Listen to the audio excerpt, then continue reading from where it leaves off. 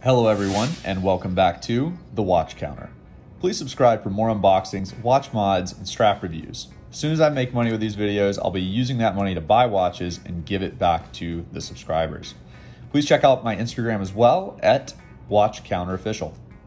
Today we're going to be doing an unboxing of a watch that is the father of one of the modern day icons from Seiko, the SKX007.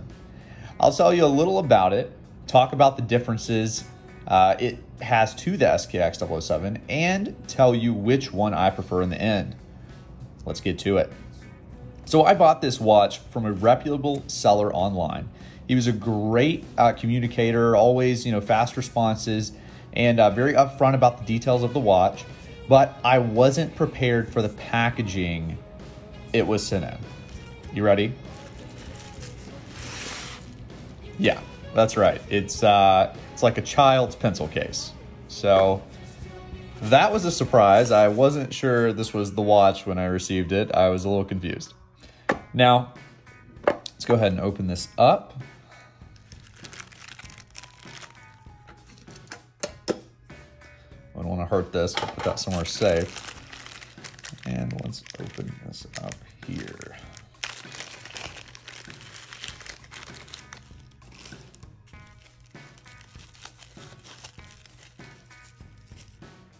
And here we have my 1994 Seiko 7002-700A with real lume patina.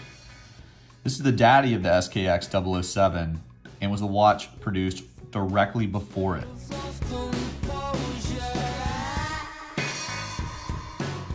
It's a very handsome watch. You get real lume patina. You have a cleaner dial without that day function, and it has the same form factor as the SKX.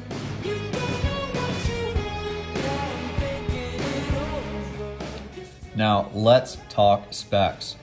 41 millimeter width, 13 millimeters thick, 22 millimeter lug width, 40-hour power reserve, 21,600 beats, 17 joules, caliber 7002 self-winding movement, non-hacking, non-hand winding, coolest name for lume to ever exist, Promethium 147 lume, and it's radioactive, which is why it patinas the way it has a screw-down crown, bi-directional 60-click bezel. This is very interesting. You don't see this on many dive watches these days, but the bezel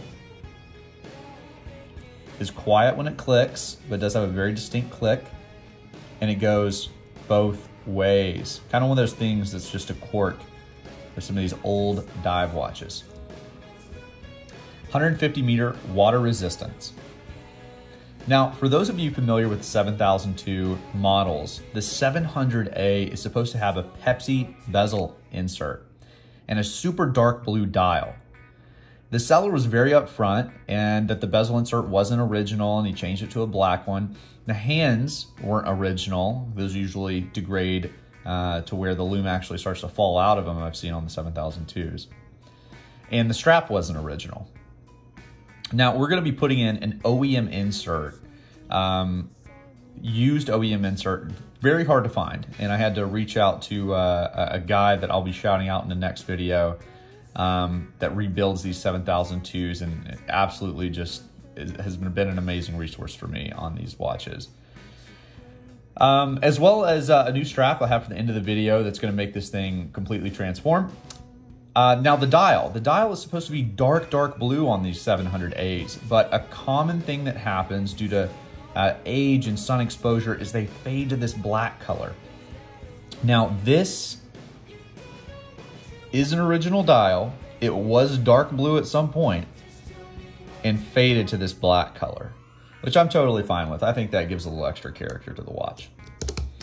Now, let's talk about the differences to the SKX007.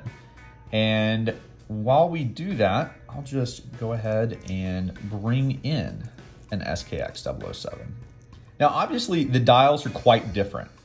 Quite a different design. You have the more angular square dial on the 7002, a little bit more of a round design on the SKX. You lose the day function on the 7002, as I mentioned, in my opinion. That makes for a cleaner and more balanced look to the watch.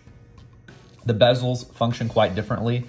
Bi-directional, single directional on the SKX.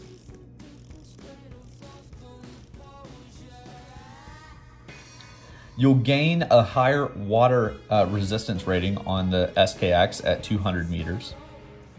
The SKX has loom that actually works, and I'll show you that now briefly. I've already charged them up, and you can see, just looking through my hands here, that you actually can see the hour markers on the SKX. You can get a little bit of that loom on the hands of the 7002, but that's mainly due to those being aftermarket hands.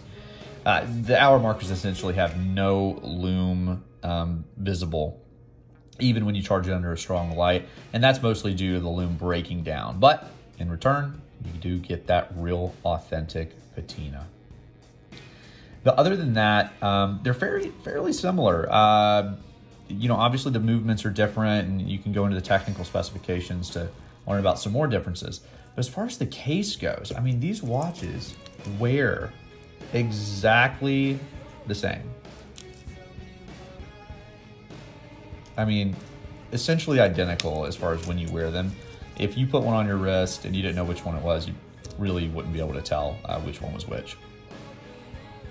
Okay, now let's throw this watch onto its new strap and let me show you how it's supposed to look.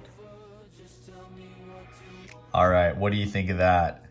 NATO leather strap. I think that's the way to go for these older vintage dive watches. Just a beautiful look to it. It really brings out that patina on the dial. Gorgeous. Oh, one thing I forgot to mention. The date function is actually on like a stainless steel wheel, as opposed to like, you know, just some paper wheel or something you'd find on an SKX. You can almost see like metal brushing on it. It's real interesting. All right, everyone, please like and subscribe. I hope this was an informational video and you learned something. Thank you so much for watching, and I hope you have a great one. Stay safe out there.